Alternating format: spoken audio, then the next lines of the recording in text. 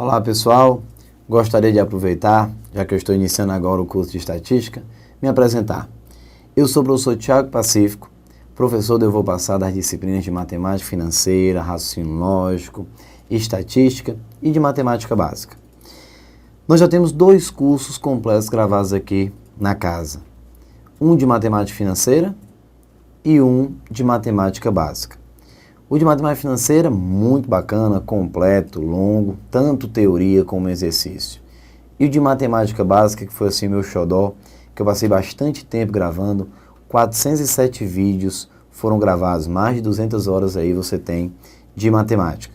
Poxa, professor, mas um curso tão longo, eu vou precisar realmente para fazer uma prova de matemática? Não, pessoal, o meu objetivo, quando eu começo um curso completo, é tentar trabalhar com todos os assuntos.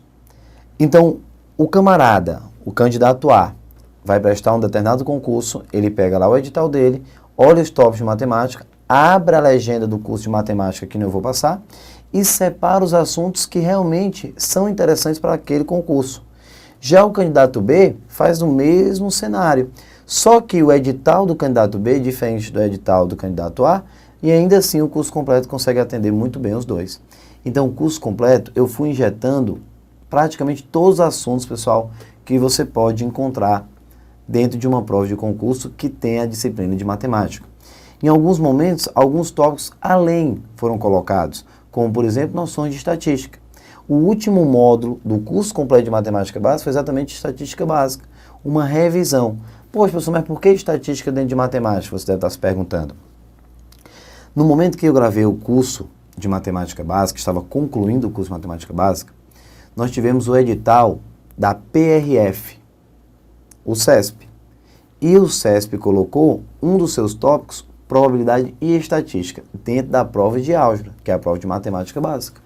Para você ver que pode aparecer, sim, estatística dentro da prova de matemática. Claro, você não tem uma questão tão capciosa como normalmente nós encontramos num concurso como do Banco Central, que em algumas áreas você tem uma estatística mais pesada, certo? Então, é só ter um pouquinho de cuidado que você consegue administrar bem. Então, esse curso completo de matemática ficou realmente bem interessante.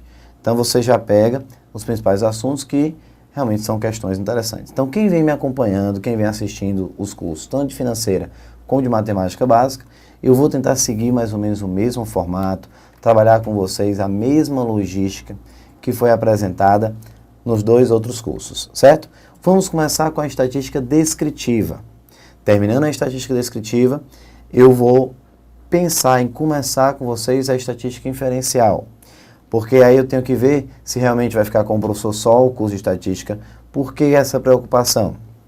Nesse momento, nós não definimos ainda se o curso de estatística descritiva e inferencial vai ficar todo comigo, ou se nós vamos quebrar com 2 professores por conta do tempo, pessoal, para não ficar um curso também tão longo, porque a inferencial ela só vai aparecer depois da estatística descritiva. Então, de repente, num concurso da Receita, sai, precisa, alguma coisa do tipo, aí eu já vou ter um parceiro aí, entre vários nomes, grandes nomes que nós temos aqui, Eu Vou Passar, para estar apoiando nesse curso, tá bom? Então, eu vou começar esse primeiro módulo, vou estar me preocupando bastante, trabalhando bem desde a base a estatística descritiva. Em segundo momento, vamos falar sobre a estatística inferencial. Beleza, pessoal? Show de bola? Então, sejam bem-vindos, espero que o convite seja aceito e tentar ajudá-los da melhor maneira possível. Beleza? Então, vamos trabalhar. Essa partezinha inicial, que é a parte de conceitos e organização de dados estatísticos, você tem o início muito parecido com aquele módulo que eu gravei lá no curso completo de matemática, beleza? Então, serve mais como uma revisão, para quem já acompanhou o curso de matemática, desde o início. Vamos lá. Primeiro passo, para entender um pouco da estatística, eu preciso entender os conceitos básicos. Veja, etapas do processo estatístico. Primeira etapa, coleta dos dados, o que nós chamamos de dados brutos. Próximo passo, organização dos dados. E a primeira maneira de organizá-los, através do rol. Depois, descrição dos dados, no caso a nossa apresentação. Conclusão ou tomada da decisão. Pronto, está aqui. O que acontece? Nesse primeiro momento, eu consigo definir as 4 etapas e você, de repente, deve estar se perguntando, mas professor, dá para montar um exemplo para conseguir visualizar as 4 etapas? Sim, sem nenhum problema. Vamos imaginar a seguinte situação. O Thiago, dono de uma empresa. Beleza. Eu tenho um determinado produto, que é o seguinte. Eu vendo... Vou até tampar aqui para não fazer propaganda. Eu vendo essa calculadora. Essa calculadora foi para o mercado. Eu, claro, tenho uma equipe trabalhando tanto no layout, quanto nas funções, toda a estrutura bacana que tem por trás dessa calculadora. E ela foi para o mercado. Depois de 6 meses, eu vou lançar uma atualização. E gostaria de saber como foi a aceitação da minha calculadora, ainda com o formato antigo. Aí, os meus funcionários, da parte do departamento de estatística, jogam e caem em campo. A galera começa a trabalhar, vai coletando os dados, vai organizando. Eu mando para essa equipe de pesquisa. Alguns vão entrevistar contadores, outros vão pegar alguns estatísticos para saber das funções, se realmente está valendo a pena, alguns jovens, então e assim por diante. Pronto, os dados foram coletados. Traz para a empresa, o setor estatístico pega os dados, que eles estão desorganizados, e começa a ajeitar e organizá-los. Essa organização, a maneira primitiva que os estatísticos encontraram de organizar os dados foi através do rol. Então, o primeiro método, organizar através do rol. Pronto. E assim foram organizados. Depois dos dados organizados, uma reunião vai ser marcada. Para quê? Para apresentar o resultado da pesquisa. Então, vamos para o próximo passo. A apresentação, que são os dados já organizados e preparados para a apresentação. Depois da apresentação, que é a terceira etapa, o resultado da pesquisa foi apresentado. Eu olho para o meu grupo e digo, olha pessoal, eles estão reclamando do peso, eles estão reclamando da duração da bateria. Então você começa a tomar algumas decisões em cima do resultado da pesquisa que foi apresentada. Então, veja que todas as etapas foram bem definidas. A coleta dos dados, a organização dos dados, a apresentação e a conclusão ou tomada de decisão. Que é que vocês, não pessoal, vamos mudar isso. Você está tomando algumas decisões em cima do resultado que você terminou de ver. Então, todas as etapas elas são bem definidas, ok? Beleza. Próximo passo, lembrando que a estatística era dividida em 2 blocos, a descritiva e a inferencial, certo? A estatística descritiva, que vai ser elemento do nosso primeiro momento do curso, a estatística descritiva, você tem definida e contabilizando 3 etapas. Veja, coleta, organização e descrição dos dados. A estatística inferencial, assunto de estudo no segundo momento do curso, contempla a última etapa, conclusão ou tomada da decisão. Beleza? Então pronto, está aqui. Coleta, organização, descrição dos dados, a descritiva, e a inferencial, conclusão ou tomada de decisão. Show de bola! Agora, alguns conceitos para que você possa entender e como funciona. População e amostra. Primeiro passo, entender a diferença da população para a amostra. Quando você toma como base para a sua pesquisa todos os elementos de um determinado grupo, você está usando a população como base. Portanto, você conseguiu realizar um censo. Porém, normalmente, para realizar um censo, você precisa de tempo e de investimento. O que muitas vezes a galera acaba desistindo de estar realizando uma pesquisa tão criteriosa. Então, Thiago, usar a população fica difícil? Na maioria dos casos, sim. Se você for realmente pensar, no caso da minha empresa, que vende essa calculadora, como é que eu vou conseguir conversar com todos os clientes? É humanamente impossível. Eu nem tenho tempo e o investimento vai ser muito alto para conseguir conversar com cada um. Então, usar a população nem sempre é mais interessante do que usar a amostra, por conta dos principais dois motivos que eu terminei de te passar. Porém, se a população for usada, a situação que eu estou trabalhando é exatamente um censo. Então já sabe, se o enunciado fala de censo, é porque ele está usando como base a população. Certo. Passa agora para o próximo passo. Se você decidir usar uma parcela da população, uma fatia, uma fração da população, você está trabalhando com uma amostra. Então você tem uma amostragem. Essa amostra tem que ter um cenário próximo da população. Como assim, Tiago, através do tamanho? Não. Muitas bancas, muitos organizadores já perguntaram o número total de... Aliás, qual a principal característica de uma boa amostra? A principal característica de uma boa amostra, muita gente pensa que é o tamanho. Ah, o tamanho. Não. A principal característica de uma boa amostra é, na realidade, a sua representatividade. É você exatamente conseguir, com a amostra, atingir todos os setores da sua população. Aí sim, você tem uma amostra de qualidade. Beleza? O tamanho é importante? Claro, o tamanho é importante. Mas não representa a principal característica da amostra. Certo? Beleza. Vamos trabalhar com duas classificações que eu tenho para as variáveis. As variáveis eu tenho quantitativas e variáveis qualitativas. As variáveis quantitativas, pessoal, são as variáveis com referência numérica. Sempre que você usar números para responder à pesquisa, você tem ali uma variável quantitativa.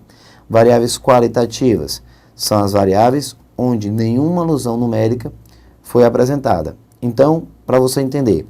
E as variáveis quantitativas?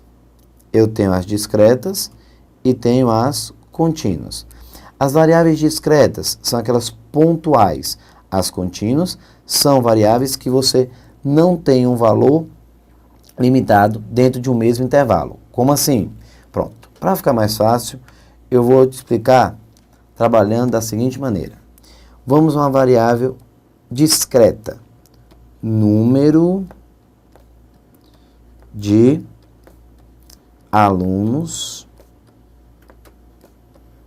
VIPs do Eu Vou Passar. Pronto, tá aqui. Ó.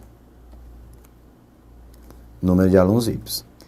Se você tiver esse número, conhecendo realmente que o sistema ele vai me dar, os alunos VIP, no caso, pessoal, eu tenho um número inteiro. Um determinado dia, 50 mil.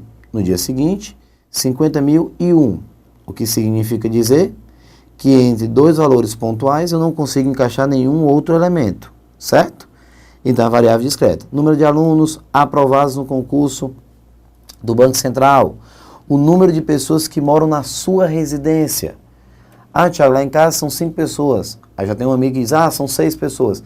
Entre os 5 e os 6, eu consigo encaixar algum outro resultado? Não. São valores pontuais. Ou seja, eu tenho uma variável discreta. Valores pontuais. Não, Tiago, lá em casa são 5 pessoas, mas tem o meu irmão pequenininho. 5 pessoas e meia. Não, você não vai contar como sendo, você vai contar com uma pessoa inteira. Então não tem como encaixar, não tem como colocar número quebrado entre os 5 e os 6, entre os 7 e 8 nesse caso. Variáveis quantitativas contínuas. No caso, salário, por exemplo, altura, peso. Aí, ó. Salário. Tiago, eu ganho 5 mil reais. Ou diz, Tiago, eu ganho 6 mil reais. Entre os 5 mil, que é um valor pontual, e os 6 mil, que é um valor pontual, eu tenho outros resultados nesse intervalo? Tenho. Eu ganho 5.250, eu ganho 5.723. Então, eu consigo encaixar outros resultados entre dois valores pontuais, certo? Beleza. Para você entender, olha aqui alguns exemplos. Variáveis.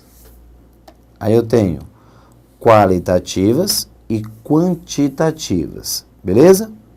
Show de bola.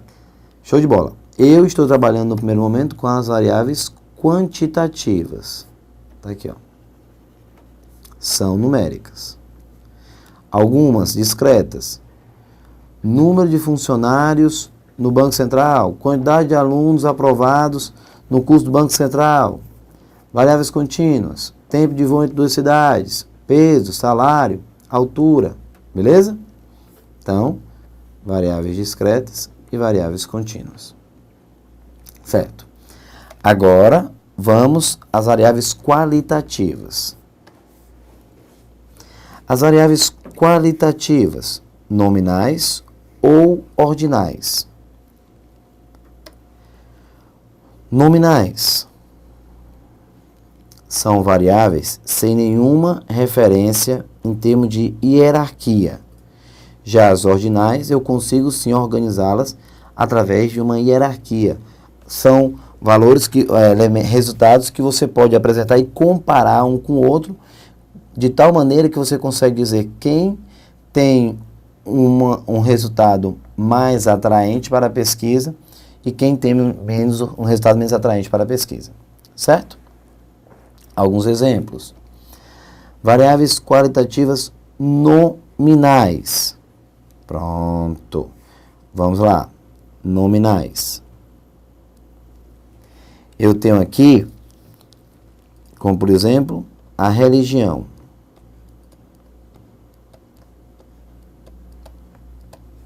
Pronto, religião. Ah, eu sou católico, sou evangélico, sou adventista.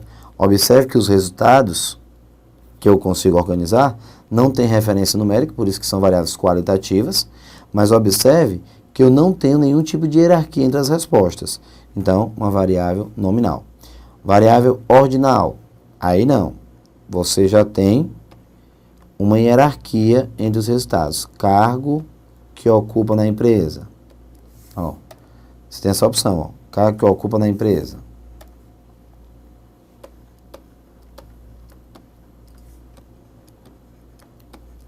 É uma variável. Pronto. Já é uma variável qualitativa ordinal. Vamos lá? Qualitativas são atributos, nenhuma referência numérica. Nominais ou ordinais, que são postos. Vamos lá. Nominais, sexo, masculino e feminino. Religião, como eu dei como exemplo. Naturalidade, estado civil. Não tenho nenhuma referência numérica e consigo, assim, classificar sem nenhum problema. Variáveis ordinais, por postos. Grau de instrução, estado social, conceito escolar, cargo que ocupa na empresa. Então, já são resultados em que eu não tenho referência numérica, por isso qualitativa, mas que ainda assim eu consigo organizá-los em forma de hierarquia. Show de bola! Deu para fazer essa revisão bacana. Muito bom. Certo. Veja só, pessoal, se você pensar um pouquinho comigo com relação ainda às variáveis, você diz assim, a amostra. Beleza, a amostra representa uma parcela da população. O Tiago já falou que a amostra deve ter representatividade, ou seja, ela deve, de forma segura, atingir todos os setores da população. Exatamente. Até aí, tudo bem, também nenhuma novidade. Certo. Pessoal, quando se fala de amostra, nós trabalhamos com dois grupos, o grupo homogêneo e o grupo heterogêneo. Por exemplo, aonde vai existir a maior margem de erro? Quando eu pego uma amostra de 100 ml de sangue de um determinado paciente, ou quando eu pego 100 eleitores para definir a intenção de voto para o próximo presidente da República. Eu estou te dando dois grupos, um extremamente homogêneo, no caso do sangue, e um grupo extremamente heterogêneo, no caso dos eleitores. Então, observe que a margem de erro, quando você usa a amostra no grupo heterogêneo, é bem maior do que a margem de erro quando você usa com base em uma amostra homogênea, de um grupo homogêneo, certo? Então, cuidado. Algumas questões teóricas vão trabalhar exatamente com esse bate-bola. Então você tem que se tocar, poxa, se o camarada for trabalhar, por exemplo, muita gente diz assim, a amostra não dá um resultado real para a população, a amostra muitas vezes pode induzir ao erro. Eu concordo, mas eu jamais vou aceitar que alguém diga que a amostra jamais, está errado isso. A amostra jamais vai representar o resultado da população? Depende. Se a amostra tem representatividade, se ela está atingindo a todos os setores da população, e se a amostra é ou não de um grupo homogêneo. Porque uma amostra de um grupo homogêneo, sim, ela vai conseguir definir de forma segura e com bastante propriedade o resultado da população. Porque senão já pensou o desespero de um paciente? O cara vai ter que juntar e vai ter que coletar todo o sangue do seu corpo para fazer os exames? Não faz sentido. Ou então o desespero de uma cozinheira diante de uma sopa de 100 litros querendo saber se a sopa está ou não salgada. Ela vai ter que tomar toda a sopa para saber? Não. Uma pequena parcela dessa sopa é suficiente para definir se a sopa está ou não salgada. Então observe que a amostra, mais uma vez, de um grupo homogêneo, de uma amostra de uma população que o resultado é homogêneo, consegue sim representar com bastante propriedade e segurança o resultado da população. Beleza? Agora, claro, que se você for tentar projetar o resultado com relação ao novo presidente da República, usando apenas uma amostra de 100 eleitores, você jamais vai conseguir uma amostra confiável.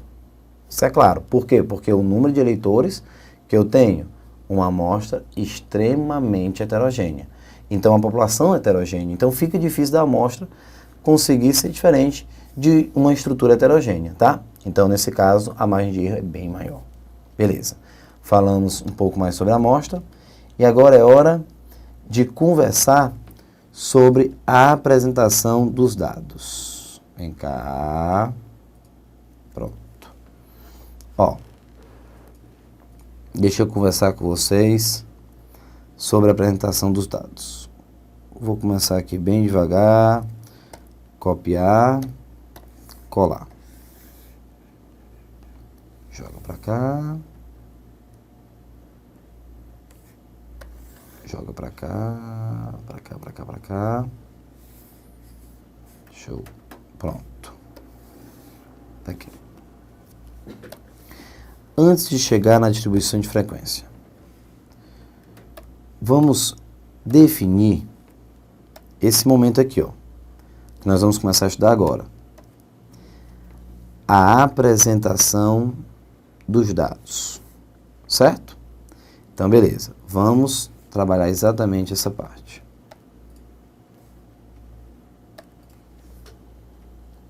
Vou começar aqui com vocês. Colocar assim.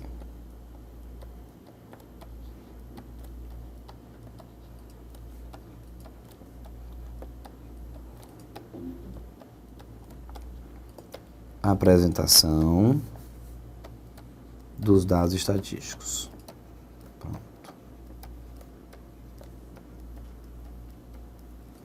Beleza.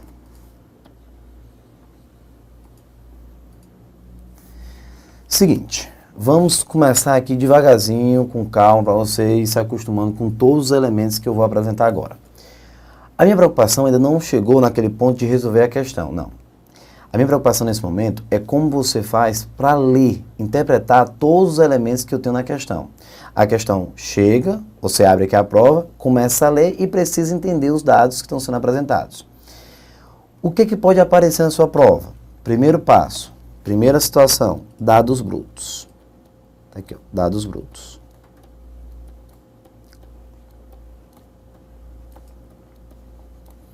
Mas afinal, o que são dados brutos? Vamos imaginar a seguinte situação. Os dados desorganizados. O Thiago chega, conversa com um amigo e diz, rapaz, vamos fazer uma pesquisa aqui. Eu tenho na minha sala de aula 10 alunos. E resolvo perguntar aos 10 o número de pessoas que moram na sua residência, certo? A pergunta é exatamente essa. O número de pessoas que moram na sua residência. Aí eu começo encontrando as respostas. 3, 1, 5,